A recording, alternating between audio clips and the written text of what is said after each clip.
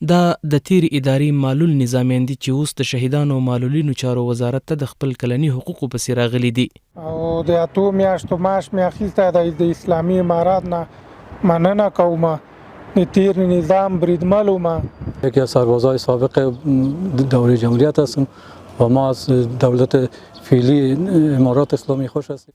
د شهیدانو او معلولینو چارو وزارت هم پرته له کومې کرکې او تبعیض یادو نظامیانو ته خپل کلني حقوق ورکوي. د شهیدانو معلولینو چارو وزارت پرته له کوم تبعیض پرته له کوم توپیره دوی ته میاشتنۍ نغدي مرستې او مساعدتونه ورکوي. دا هغه نظامیان دي چې د تیر اداري پر مهال معلول شوي دي. اوس مهال د شهیدانو او معلولینو چارو وزارت یادو نظامیانو ته کلني حقوق په خپل وخت ورکوي. دغه نظامیانو د خپلو خبرو پر مهال وویل کله چې اسلامي امارت واک ته رسیدلی د دوی حقوق پر وخت او په بشپړ ډول د یاد وزارت د مسئولینو له لوري ورکول کیږي. در یک وظیفه به ولایت پکتیکا رفتم که در اونجا در بازگشت به خاطر تفتیشی رفته بودیم. در بازگشت موتر ما چپه شد، ما منجر به فلج از دو پای شدم. دیگه این وزارت شهدا و معلولین برای ما حقوق ما را میته تا فعلا هم حقوق اشمای ما را پرداخته. از پیش هم بسیار خوش هستیم. امروز ما بسیار به یک رویه نیک یک رویه انسانی قدم میکنه. ما ولچرکی هستیم، حتی ولچر ما را قدم کمک میکنه که تا جای ما را برسانه که ماش و هر چیز ما که باشه برای ما میتن. د اسلامي امارات نه مننه کوم. د تیر نظام بریدمل وم.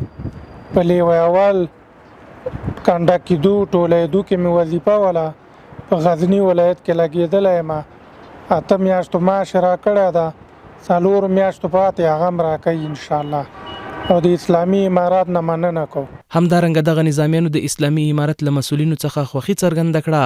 په خبره یې د شهیدانو او معلولینو چارو وزارت د حقوقو په ورکړه کې هیڅ دریغ نه دی کړی.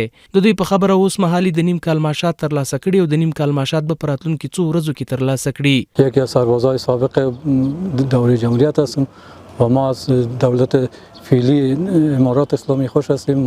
ما شما با وقت معین توضیح میگیریم. از وزارت شهیدان و معلولین بسیار خوش هستیم. همین ما شما را میته به وقت خود این پارسالا را داد 1 سال خلاص کردیم. این سالا را این 6 ماه داد 6 ماه دیگر هم میته بخیر. د شهیدانو او معلولینو چارو وزارت مسؤلین وایي یاد وزارت تر دې دمه 1,00,388 د تیر اداري د نظامیانو کونډې او یتیمان ثبت کړي دي. په خبره یې تر اوسه دغه لړۍ جریان لري. دوی همدارا زیاته کړه د شهیدانو او معلولینو چارو وزارت پرته له کومې کرکې او تبعیض یادو نظامیانو ته خپل حقوق ورکوي.